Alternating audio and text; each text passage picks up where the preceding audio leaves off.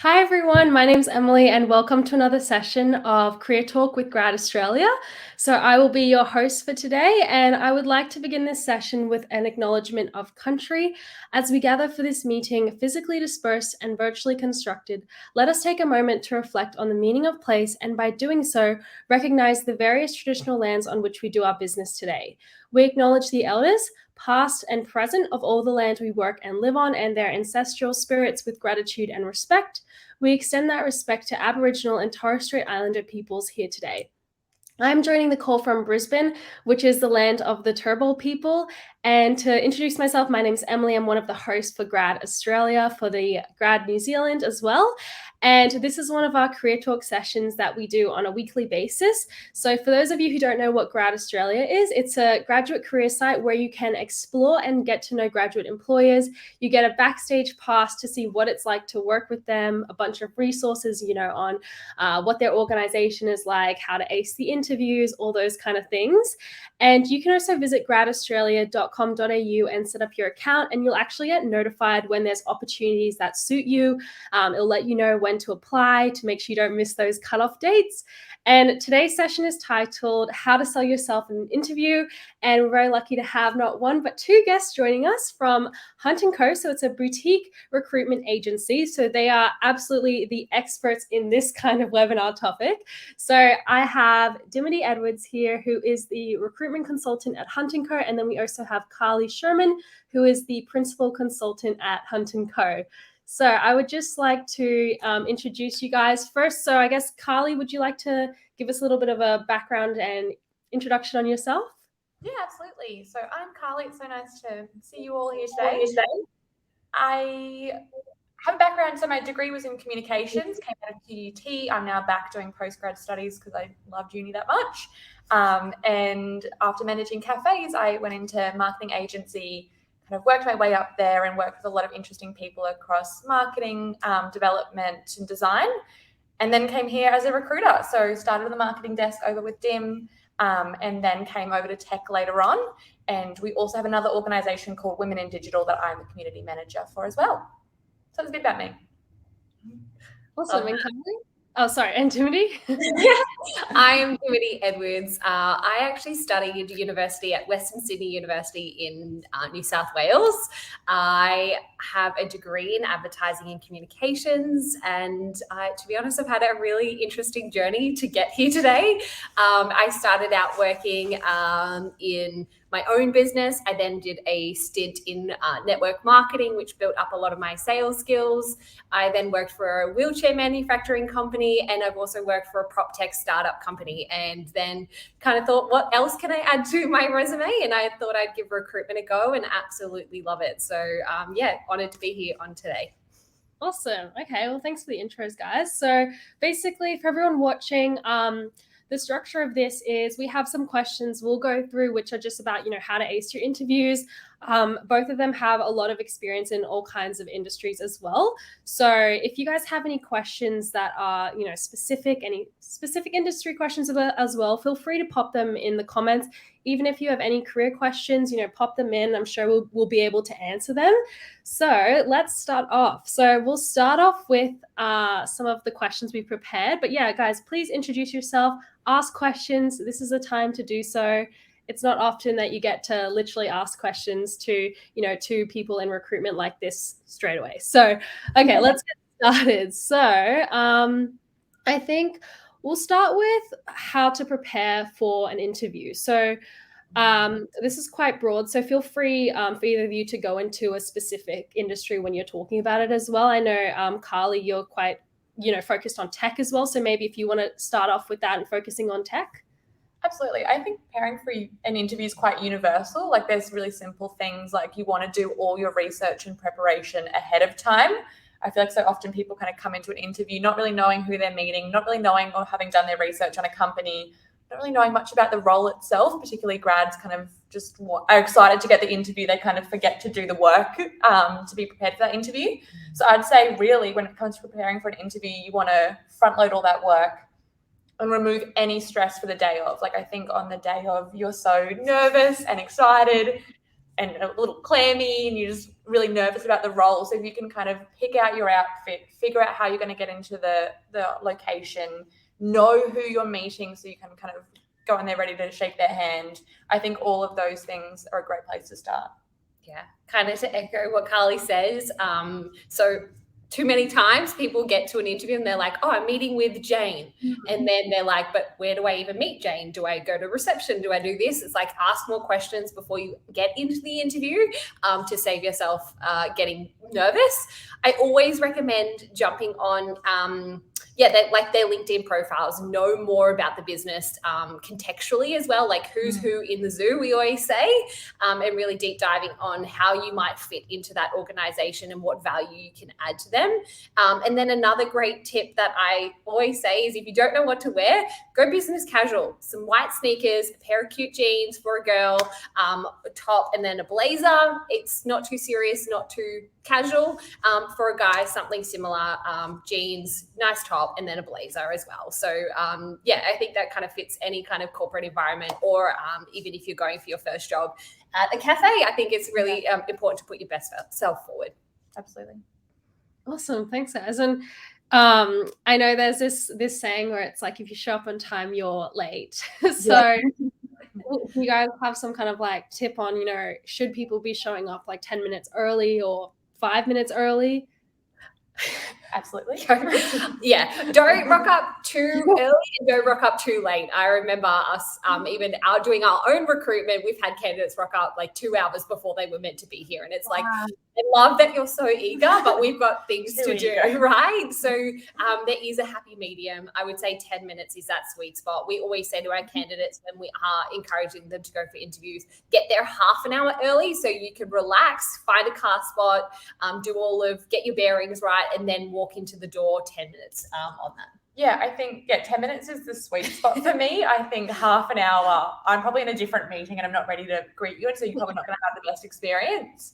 But I also would kind of say when you arrive 10 minutes early, they're probably going to sit you somewhere in a waiting room or a waiting capacity. You're still on show. I know that we kind of used to, at my old place of work, it was a bit of a test. Like we put them in, we left them for 10 minutes and we wanted to see what they did. Did they pick up their phone and scroll Instagram, or did they pick up the marketing material in front of them that was about the company? Did they observe the office environment? All of those things. I think it's really easy if you're popped in a waiting room to kind of just sit back and relax, but you are on show and you are being watched. Wow, that's really interesting. I never even thought of that. I'm definitely guilty of probably going on my phone. I think we've all done it, but it's good to know that you're on. That's a great tip. Okay, so let's talk about the interview process as well. Can you guys sort of, give a rundown on what the interview process, what they can expect would be like? Maybe, Dimity, would you like to start with that? Yeah, look, transparently, it can look different in every single company. Yeah. We work with a lot of different companies, and every interview process is very, very different. Yes. So we can kind of share a little bit of our favorite ones. Maybe you can share about them in a moment. But generally, it goes like, you'll have either a phone call with a recruiter like ourselves that we kind of do that first initial if you're working with a recruiter, and then you'll kind of be handed over to the client or the company. Or if you're applying for roles yourself, it will probably look like a vetting phone call, to be honest, to make sure that you are human, that you say you can do what you said you could do. And then from there, they'll either bring you in the office for an in-person interview or do a half an hour Zoom call. And normally it's a 2 or 3 stage interview process before an offer is received, and with a few references in between. Yeah. And I'd say it also depends on the organisation size. So I know some of GradAustralia's key partners, or kind of some of the companies that work with GradAustralia's, like NAB and Canva and those huge companies, their grad intake programs are massive. So you could be interviewing with 50 other grads. So it could be you going into kind of a group setting first and doing a group interview. Years ago, I interviewed at Cotton On, and there was 300 of us in a conference hall, and it was a whole bunch of like group tests, and it was a bit survivorish when we got whittled down, and then there was only 20 of us left that got the job. But I think it's asking the questions of the organisation you're interviewing for ahead of time. Firstly, it'll give you clarity that you need of what the interview process will look like. But secondly, it'll show you're really engaged and interested in the process. And I think that's a nice, quick, easy way to stand out as well.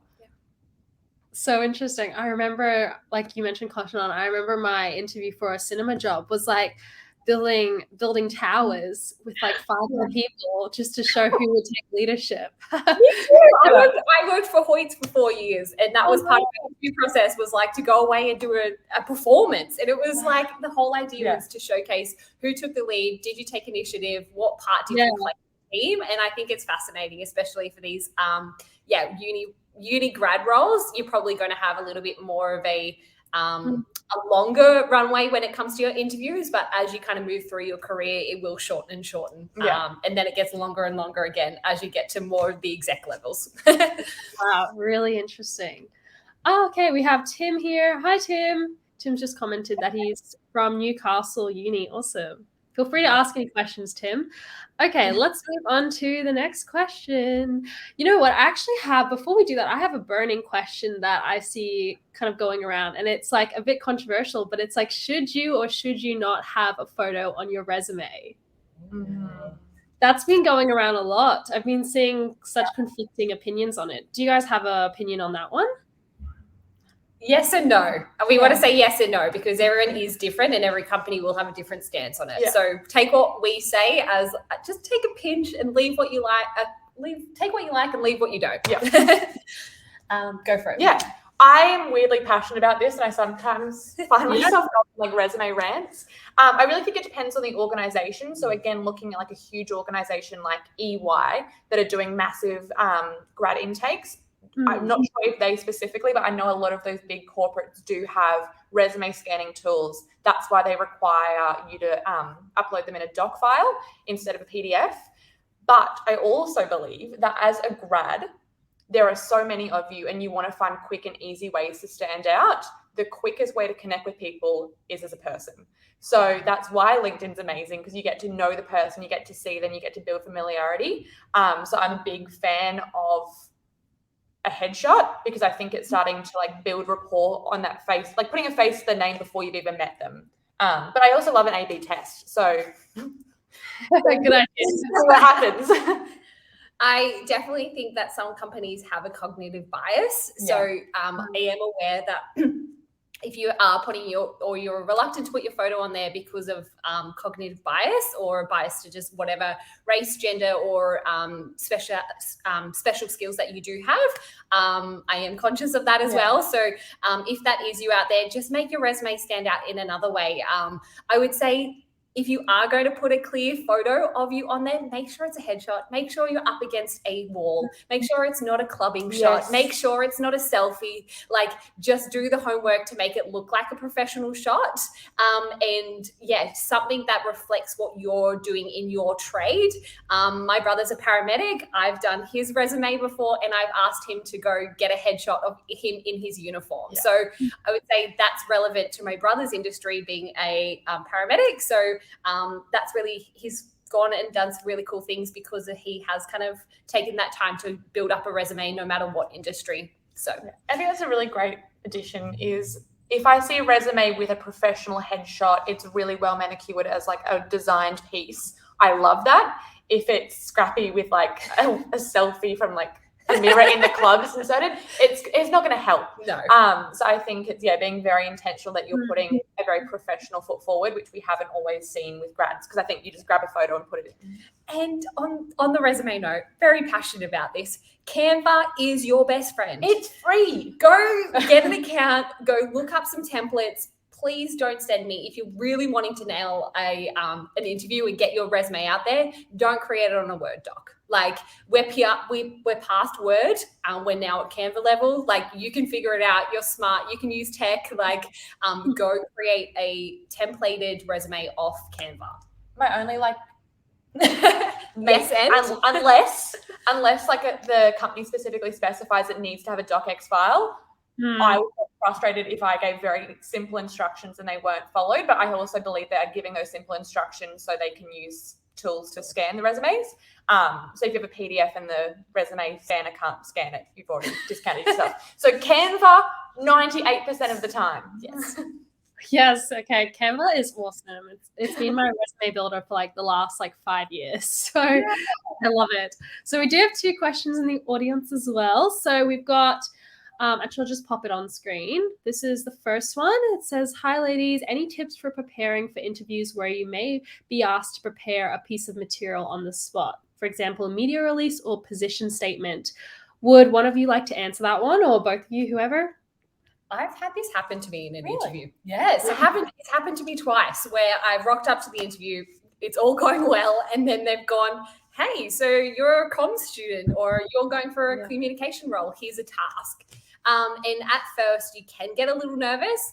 I will be the first to put up my hand to say that I can't spell without Grammarly logged into my computer. So I get nervous when these things happen because I know I'm very self-aware of I'm a comms student, but I suck at spelling. So I am always really conscious of like these tasks being put on me on the spot. I think at the end of the day, take the time to reflect, what are they asking me to do? Really understanding what the outcome is of this task. Like, are they actually trying to find out if I'm good at spelling, or are they trying to find out how I go about the project? Or is it, what is my reaction to things being thrown at me and my adaptability? Like, I think at the end of the day, sometimes when these stuff gets thrown on you, it's to showcase how you react to things, not necessarily the outcome of the work. Yeah, absolutely. Like, I would absolutely agree with that. I can't speak for the companies that do this, but if I was to do it, I would be looking at, how do you take a brief? Do you ask thoughtful questions? How do you approach a problem? Are you going to start with brainstorming? Are you going to dive head first? I probably don't care about the end product as much. Yeah. It's the process. And in no real world situation are you given 15 minutes to come up with a media release with executives watching you. Like, that's just not how the world works. Yeah. So it isn't to get the best media release. So I think just putting that in your brain, maybe in terms of preparations, like have a few scenarios that you think could be thrown at you, and okay, what framework will I use, or what are the steps I'll take? That way, when it is, I need a media release, you can go, okay, cool. Like, the first thing I'd do is get a brief and start asking questions, and then I would brainstorm. So you can kind of run through a framework to reduce any of that stress. Yeah. Awesome. Thanks, guys. And then we do have another question before we jump back to the other ones, which is, any general tips for interviews over Zoom? I always get stuck on questions, asking what my biggest weakness is. Are there any answers to this that leave a bad impression? So there's kind of two questions there, Zoom and then the questions about the biggest weakness. Zoom interviews, have good lighting, no sound around you, and make sure that you're like very prepared that your tech actually works. Like, don't try and do it in a car on your phone. Like, really, I would treat it as if you were doing a presentation or showcase.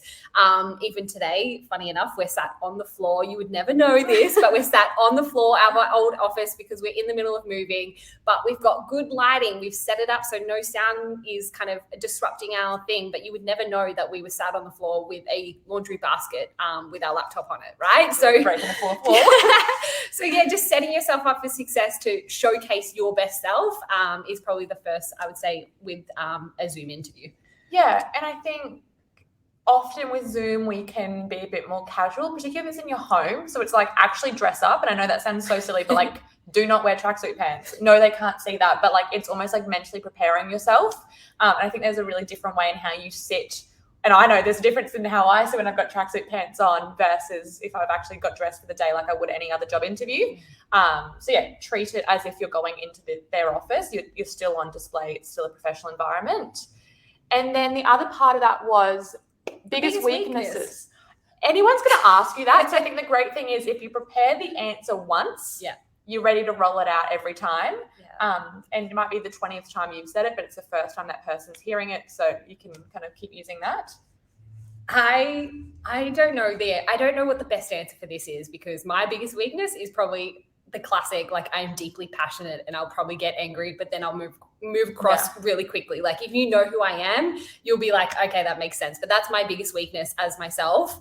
I would say maybe it's a self-reflection piece to find out what is your area of weakness. I've mentioned this on the call before. Like, I suck at spelling, but I am a comms and marketing specialist. So that would be my biggest weakness. And I think being able to articulate that well shows your self-awareness and your ability to know who you are and what is a way that you can make that better. Well, Grammarly is my best friend, right? So I use it to enhance my skills, not at the detriment of my biggest weakness. Yeah. And I think zeroing in on that, like, I can tell you what I don't like as an answer. I hate when someone's like, what my weakness is, and they're just kind of glossing up like a strength, and you're like, no, like that's not genuine. Like none of us are perfect. What is it? I also like the question because it helps people like kind of show that they're self-aware. But then it's like, what are you going to do about it? So like Dim, not the best speller, but she's come up with a solution. I think a thing that frustrates me is someone's like, oh, I've got this weakness. End story. Yeah. It's like, oh, so you know you have the weakness. You're self-aware enough to know that, but you're not going to do anything about it. Like that's not what I'd be looking for in a team member. So yeah, I think kind of know your weaknesses. We all have them. Embrace them. Get confident with them, but also come in with a solution as well. Yeah, awesome. Yeah, totally valid. Okay, let's talk about, well, this is kind of similar to this one. It's what do you do if you don't know the answer to a question? So how can they save a situation like that? That is a great question. That is my favorite line because I think it allows you to pause mentally, like being able to collect your thoughts and say, that is a great question. Almost simmers you down and say, I actually don't know the answer off the top of my head, but I'm learning. So I'd love to explore this a little bit more is how my thoughts would go. I'm obsessed with people that are confident enough to say, I don't know the answer. Like no grad ever is expected to have all the answers. That is just like you're coming out of university or whatever kind of educational environment you've been in, you're fresh. Like it's very great to not have all the answers. That's the worst sentence structure, but that's fine. But it's like, that is a great question. I've actually never thought of it before. I want to go away and have a proper think about that before I answer. Do you mind if I come back to you?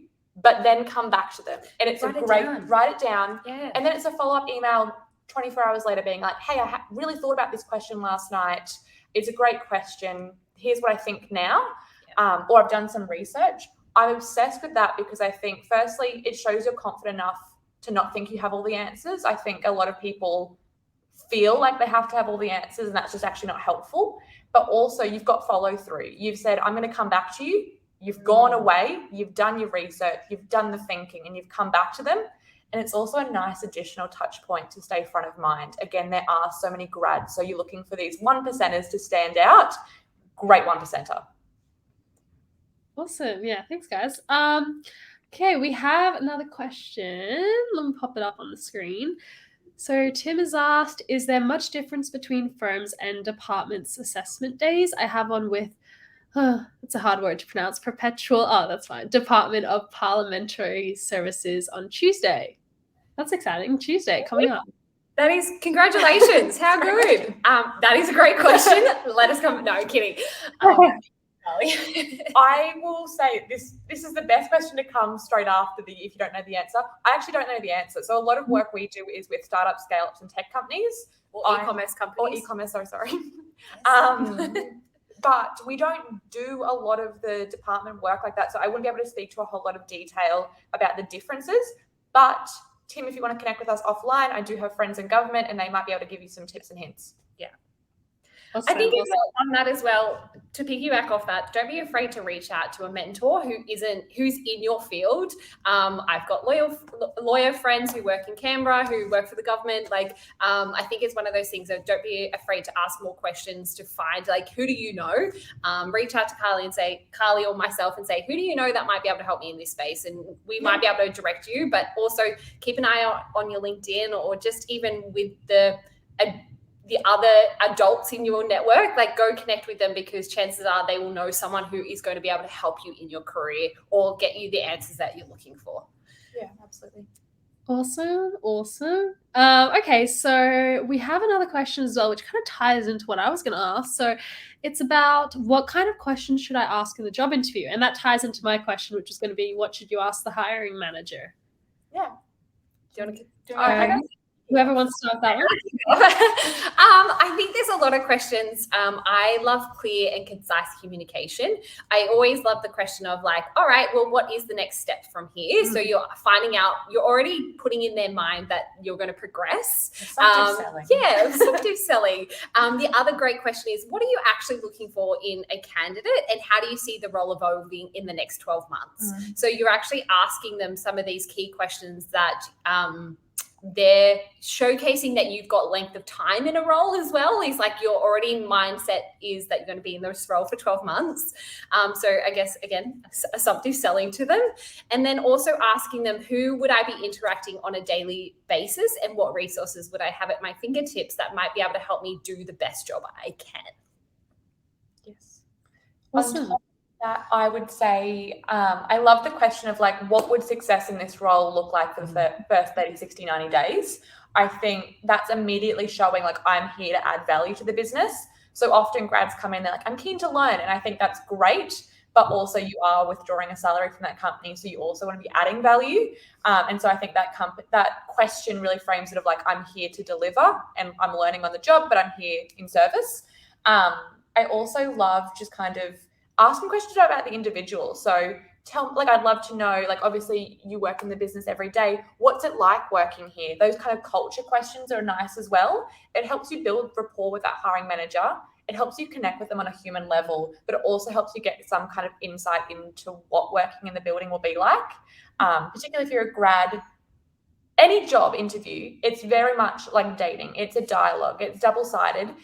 Graduates, you do have choices out there. Like, I know that I'm saying there's a lot of you, but at the same time, the company has to be right for you as much as you have to be right for the company. So I think getting to learn more about it, about the company you're working for, is exciting. I know when I was a grad, I was just excited to get a job. I didn't think twice. I jumped in. And while I'm glad I did that, I also maybe think if I could turn back time, would I have been more selective? Because I would have got a job eventually if I just kind of committed to 12 weeks of hunting. Yeah, I agree. No, I agree on that topic. I think it's really important to think seriously about what kind of company you want to go into, because yes, it's a grad job, but it actually can have quite a, it also helps determine like the career path that you take. Absolutely. And I think a lot of people like myself as well, when you're a fresh grad, you're just kind of looking. Luckily, I went with a company that suited me, but I've heard of some stories where it didn't work out for some people and they've left like after 3 months. So can I piggyback off the back of that as well?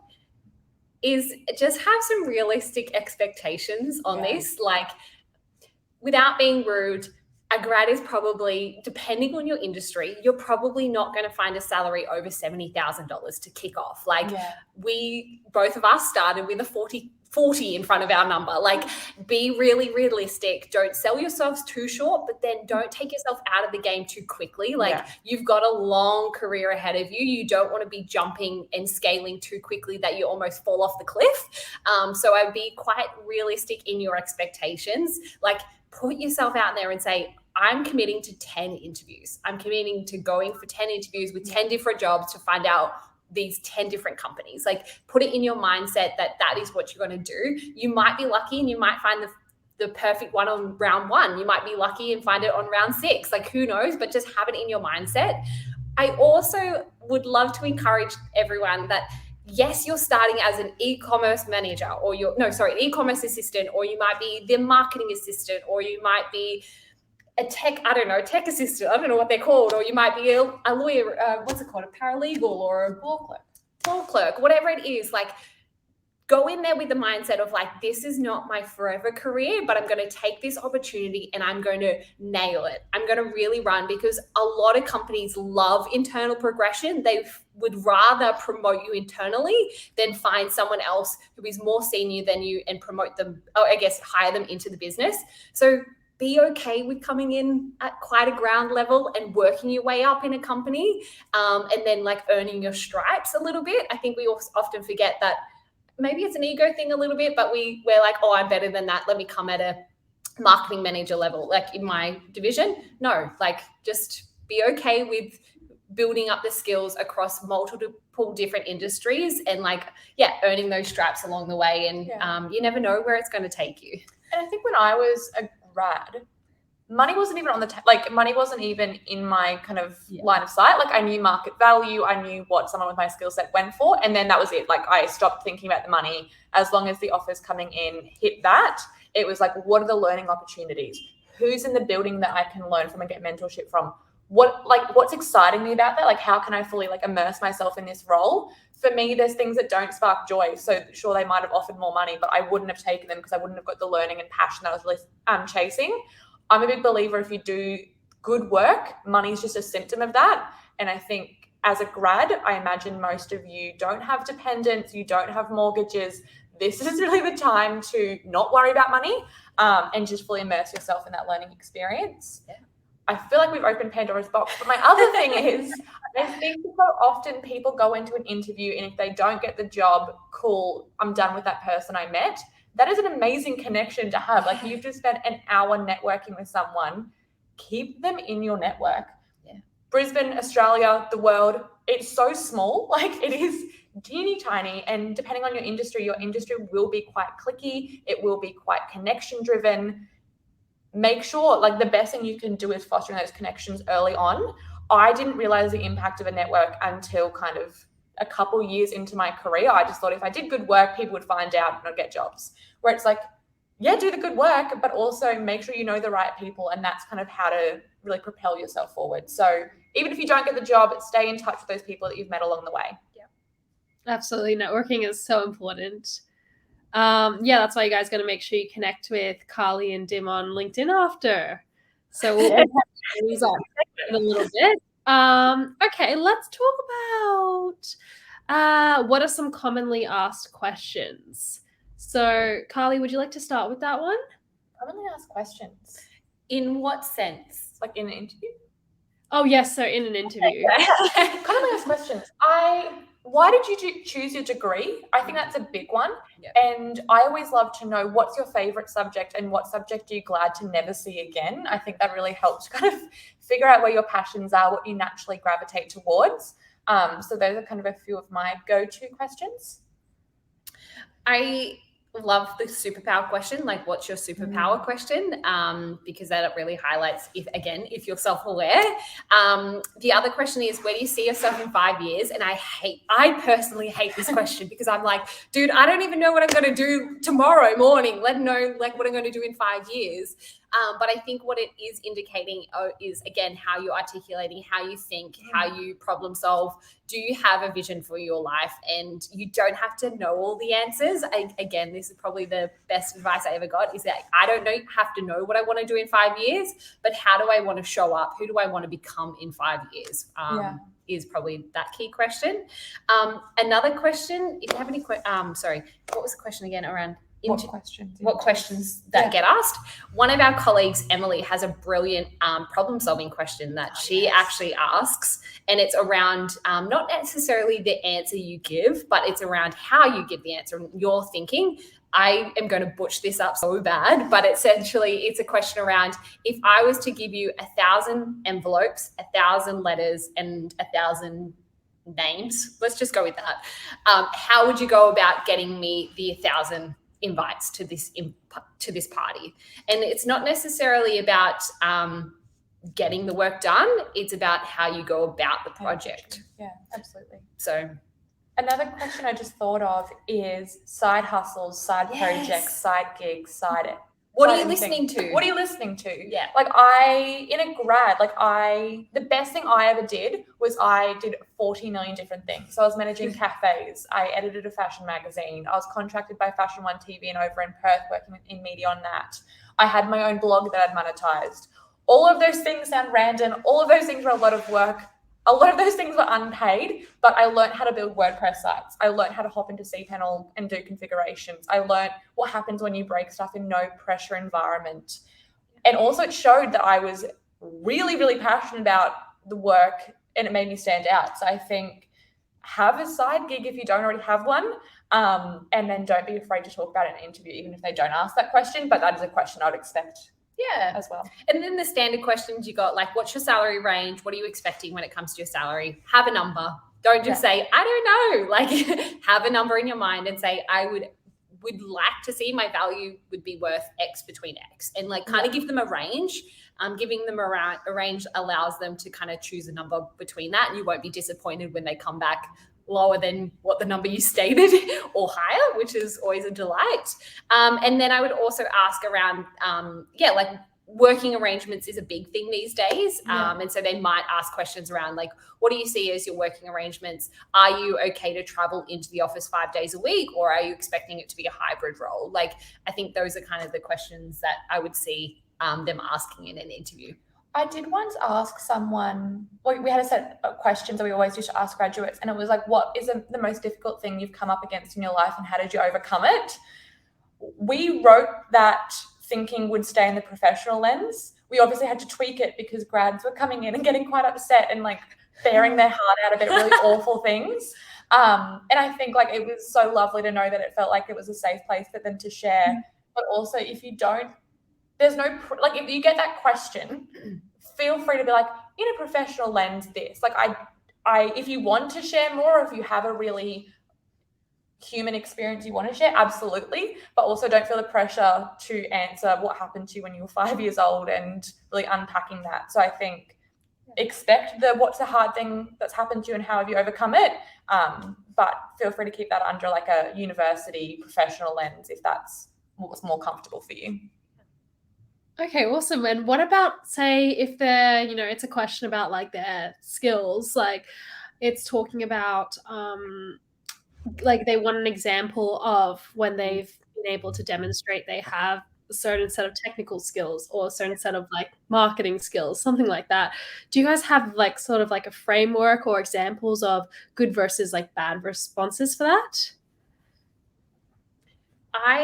We always say bring it back to the data. And if you can have examples that are number based, or it's a, hey, I did this campaign at university, or I did this campaign in my internship, which then resulted in X, which allowed the business to do X. It shows that you actually have a little bit of business acumen and you can actually articulate not just your impacts, but that ripple effect commercially. So I would say come back to the numbers. I'm sure it is probably across the whole any job interview, if you can express some sort of data that you actually know what you're talking about, is going to showcase that you can deeply talk about a particular topic or a skill set. Yeah. And I think also in like for me with graduates, when I'm interviewing graduates, I probably don't expect you to have technical skills. Like I expect you to have technical training, and I expect you to be ready to implement that in a technical way. But I also probably don't have the expectations that you've delivered this amazing paid ad campaign. If you have that, definitely like tell me, that's amazing. But I think also just removing the pressure from yourself. You probably don't have technical skills just yet. Like you're still working them out. And I would probably much more prefer to hear from a graduate, I'm just coming out with a bachelor. I've learned A, B, C, D. I've applied it in this internship, but until I get into industry, I really don't know how, like, I think acknowledging that you're a grad. I think my frustration can sometimes be when grads come out and they're like, I'm amazing at everything. CMO, step aside, I'm coming for your job. And it's a little like, whoa up, like you've done some great assignments, you've got some great foundational training. Now come in and show us what you've got. I don't know if that's possible. No, that's great. That's great. I think that's what's so nice about grad jobs is that there's no like real pressure. Like you're understood to be learning things for the first time as well. Like, don't take the grad jobs for granted. They're so and like not necessarily. I've got 3 grad roles right now, but they don't have grad written in them. Like I've got 3 roles right now that if you landed in my inbox and you were a keen Brisbaneite ready to like go to work and actually maybe work part-time or full-time, I've got a few roles that you could try out, right? I think the other thing is like people get caught up on titles. So a couple of those roles, they don't represent or they don't look like grad roles on paper. So, but they still are. So I said like ask more questions. Hit up the hiring manager, or if you see something on LinkedIn, it's like, hey, I'm not sure if I'm a right fit for this, but I thought I'd just ask a few more questions. Here is what my skill set is. Because again, asking more questions leads to better answers and better opportunities. Absolutely. Awesome. Okay, let's go on to another question. Let's talk about anything so do you have any advice on how to make themselves stand out in an interview? Whether that's, I don't know, things like eye contact, post emails after the interview? Anything to make them stand out? Dim, do you want to start with that one? Yeah, energy is everything, and you don't have to be a crazy extrovert like me, but I would say that energy beats energy. So if you can come in there and go, like, put on that smiley face, put on that, like, radiate from within. And I know sounds very woo-woo, but like literally radiate from within. Like, your energy will leave an impact more than what you will actually say. So I'd say come with some energy. I love what Carly mentioned before is, like, if you don't know a question or you get stumped on a question or you felt like you didn't articulate the question, feel free to send them a follow-up email and say, I've really thought about that answer. Here's my best response. Or I thought I would, again, marketing e-com roles. But if you've come out of that interview and you're like, oh, wow, like I didn't really feel like I showcased my skills when it comes to social media content creation, but here's a little portfolio I put together based on the company's profile or what their business outcomes are. I think it's, doing the push before, the energy within, and then the follow-up emails after. Absolutely. I think I'm a big homework person. I am like a bit of like a weird introvert, clunky, clumsy, clammy person. So like I'm going to do the best I can to shine during, but I also know my strengths. And so if I can know the people when I'm walking into the room, if I can really set myself up for success, I would also say broaden it out. So before I'd go, if I was going for a grad role, I'll walk through what I would do. I would go on LinkedIn and I would stalk people like you would not believe, and I'd be connecting with them. So if I'm going for an interview at NAB, I would go and find people in that team and say, hey, and I'd connect with them and I'd say, hey, I hope you don't mind, but I've got a grad interview with this with your team this week, and I wanted to make sure I was doing my research and came across your profile. It'd be great to connect. Leave it there. If they come back in the messages, awesome. If not, you've got another connection and kind of shows that. The reason why I think that's awesome is when Diana goes to interview you, she's going to go, I'm walking into the room to interview Charles, and Jack over in the dev team is going to be like, oh, I connected with Charles on LinkedIn, and you're making yourself very sticky. And sticky is a good thing in this sense because you're staying in front of mind and everyone's like, oh, that grad's everywhere. And really like that above and beyond. Yep. I love a follow-up, even if you have no reason to follow up. Thank them for the interview. Thank them for the interview. In the interview, Diana, you mentioned CRM automation. And I went and listened to this podcast and I thought it was quite interesting, so I wanted to share the link with you.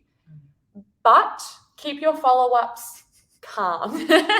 Sometimes grads are so eager that I'm getting like 7 calls a day from them and I'm like, you obviously don't understand my role. I don't have time for 7 calls today with you. So I think it's a blend. And I think get a spreadsheet going. Get a spreadsheet. Write all the jobs you've applied for. Yeah. Write whether you've connected with people on LinkedIn. Write if you followed up. What was the outcome? And like really get project manager about it.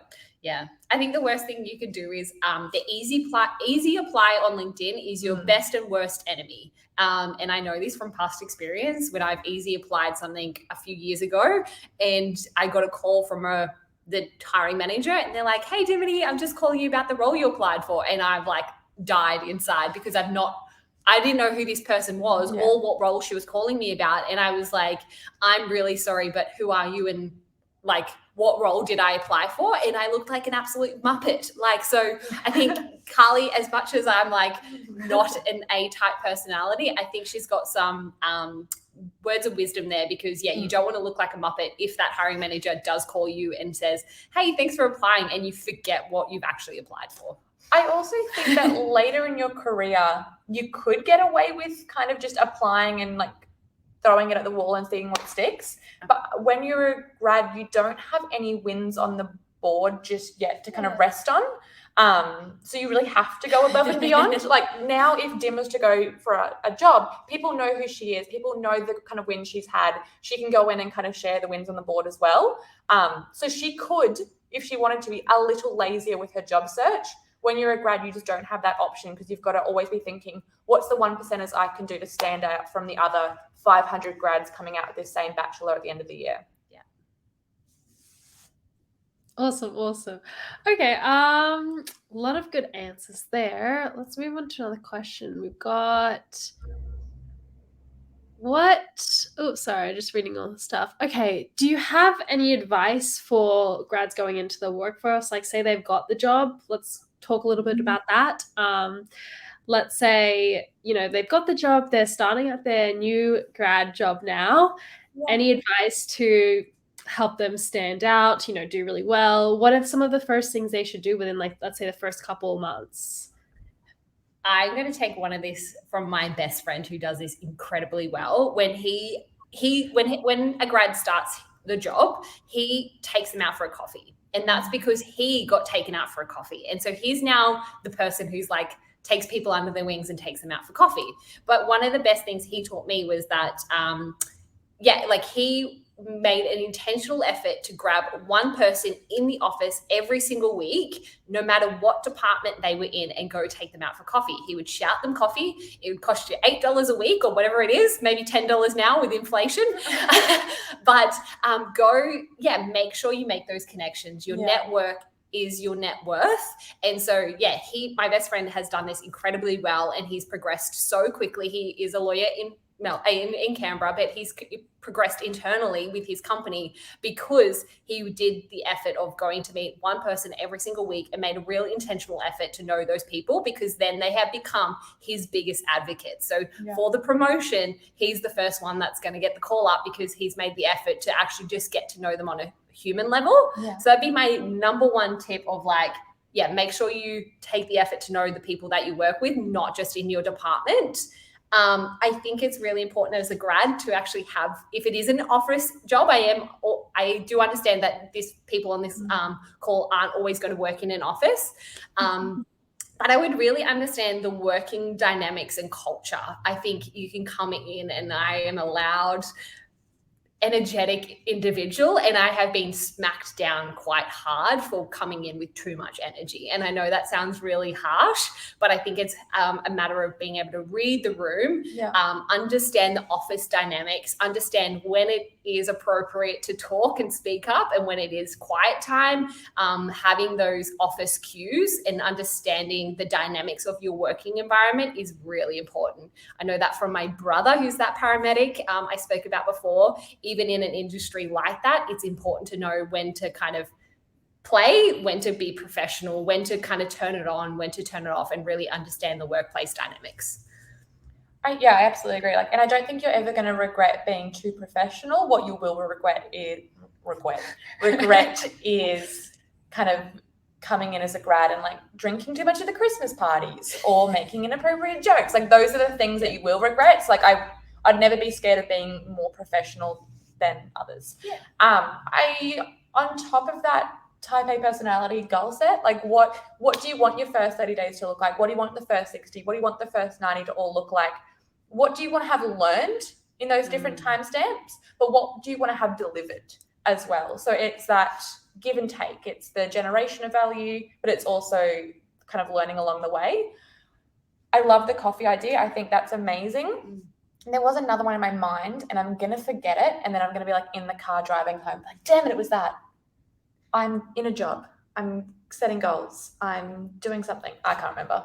No. Sorry, guys. I think just take your time to get to know the job as well. And I think this is something that I would have done, and I definitely have done this, where I've been in a job, my grad job, and I'm I've got 8 hours.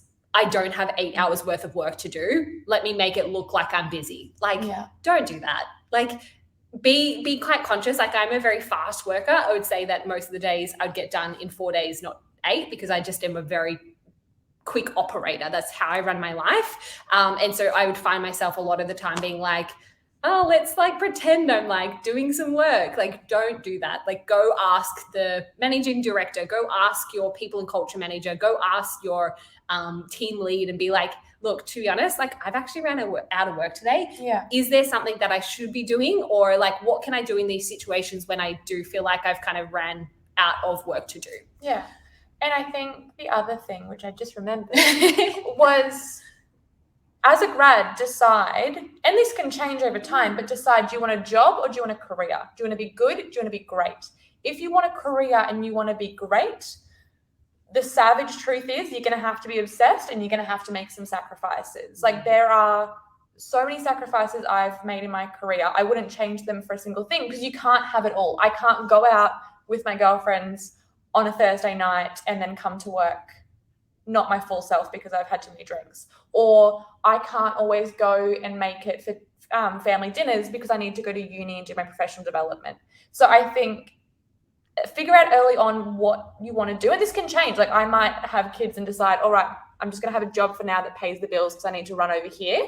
But if you want to run at something really hard, you want to be great, just knowing that you're going to have to be obsessed with that. You're going to have to listen to podcasts outside of work hours. You're going to have to throw yourself fully into events to really meet people. And that's going to come with sacrifices. Yeah. Awesome. I love everything you guys said. And I think, Dim, one thing you mentioned as well was, the networking. And I think let's just have a little quick chat about before they got their grad job, because we have some viewers as well who will watch later on as well, who will be students. So they may not have, grad jobs or connections yet. Is there any suggestions you have on how they can start their networking as a student before even getting a grad job? First of all, come to our Women in Digital events. If you are a female, or even if you are a male, come on down. I think that's a great start, and self-plug. Second of all, at the moment, I'm actually representing 3 candidates who are second-year university students that I've got a part-time e-commerce job for. So they're in the interview process because I've got a job that allows them to work 2 to 3 days a week, and they can still go to uni. So I think, which is exciting for them, it means they got a kickstart in their career. Don't be afraid to network. Like, there is hundreds of meetups. There is, I know QUT, they've got a female in tech society there. There's so many different societies and networks that you can plug yourself into. Do a little homework. If you love a particular company, I know we've spoken about NAB before, but maybe your dream job is to work for Google. Like, maybe go and actually just start adding people who work for Google in your network, and just stay connected with the things that they do. A lot of companies are doing lots of events. And so if you're wanting to work in the industry, I think you will figure out an event to go to, and that's how you can network. I think networking has genuinely changed my life. It's how I got my job today in recruitment. Both of us. Yeah, both of us got our jobs at Hunt & Co because of networking. I know that most of my placements I've made with candidates, a lot of my clients that I bring on board are all through networking and being present in the community. So it's such an important part, and you can definitely do it whilst at uni. One person that comes to mind for me, she is a machine. She went to the University of New South Wales, a developer background. So she was doing a degree in computer science or software engineering. I am obsessed with her because I was like, I wish I could go back in time and be her. But she, I think by year one of uni, she was in all the societies. There wasn't a society for women in computer science, so she made one. She had a YouTube channel where she was kind of like learning out loud, so really documenting her process and what she was learning, and kind of like, you're doing all these amazing assignments. Why not kind of milk a bit more out of them and tell people about it and show off? She was a rising star. So how I found out about her was she won Rising Star of the Year award for the Women in Digital Awards. She was a beast on LinkedIn. Everyone knew who she was. She was she hadn't even got a job out in the world yet. She's building side projects. And I think what she did, so amazing. She now has a job with Amazon. I can guarantee that she probably would be paid more than other graduates, just because she really, her personal brand had so much equity. It was definitely worth the investment for that company. So if I could turn back time and be her, I would go into the societies. Yeah. She now has this killer network, and all of these software engineers are now in market, and she's so close with all of them. All of the side projects, building a personal brand on LinkedIn and YouTube, and kind of making sure people know how amazing you are. I really think that's the only difference that separates grads as a clump and then pulls you out, is kind of making sure people know how great you are, because everyone's awesome. That is just so cool. I wish I was like that when I was in uni. I could not believe it. When I found out how young she was, I was like, oh my Lord, I was not that. Wow, that's impressive. Okay, guys. Yeah, make sure you're joining student societies. networking as much as possible. Well, we've basically come to the end. I don't think there's any more questions left. So I guess, is there anything you guys want to, like, final advice or anything else you guys want to share? Any resources or where people can get in touch with you? Anything like that? Best advice, get a recruiter on your side. Like, genuinely, I say that as a recruiter, but I got my first job as a grad because of a recruiter as well. We're a free service for people. So I think that's a great way to start. We're your biggest advocates in the industry, and you'll find a recruiter based on your industry, and every industry will have a recruiter. So go network, go find them. That would be my kind of first tip. Please connect with us on LinkedIn. Join our email list for Hunt & Co. We send out a bi-weekly newsletter with all of the industry events, insights, roles we've got going at the moment. Yeah. I would agree with all of that. I would say 1%ers. I'm a big fan of 1%ers. So if you don't know what 1%ers are, go read James Clear's Atomic Habits. But I think as a grad, it's like, what can I do each day to make myself stand out 1% more than my colleagues? Because really everyone in your, like, we've gone to uni, like the lecture hall, there's so many of you. It's like, how can I make myself stand out more? And then maybe straight after this webinar, go write down 10 things you can do to stand out and then start executing those. Yeah. You got this. You got this. Promise there's a job out there for you, and enjoy the ride because it happens really, really quickly. Yeah. Awesome. Well, I've put both Dimity and Carly's names just below here, so take a screenshot, or if you guys, just go to our YouTube after and it'll be up there. So you can add them on LinkedIn, just type in their name. Okay, so this is the end of our session, guys. So yeah, thank you so much to both of you for coming on and speaking with us. Super duper valuable, and I'm sure it's going to really help a lot of the grads and students out there.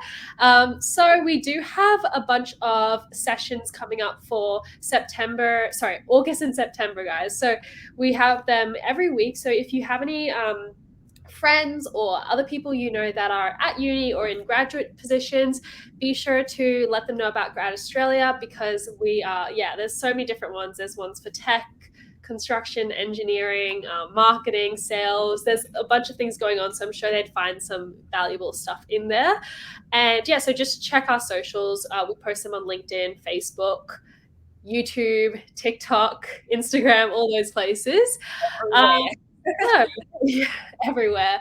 Yeah. So guys, if you have any questions, you can also reach out to me on LinkedIn, or just reach out to GradAustralia via email, and make sure you create an account with GradAustralia so that you get all the access to, jobs and job opportunities and the backstage view to employers. So yeah, awesome. That is it, guys. Thanks so much for joining, and hopefully see you guys on our next webinar or one coming up soon. Thank you so much. Bye.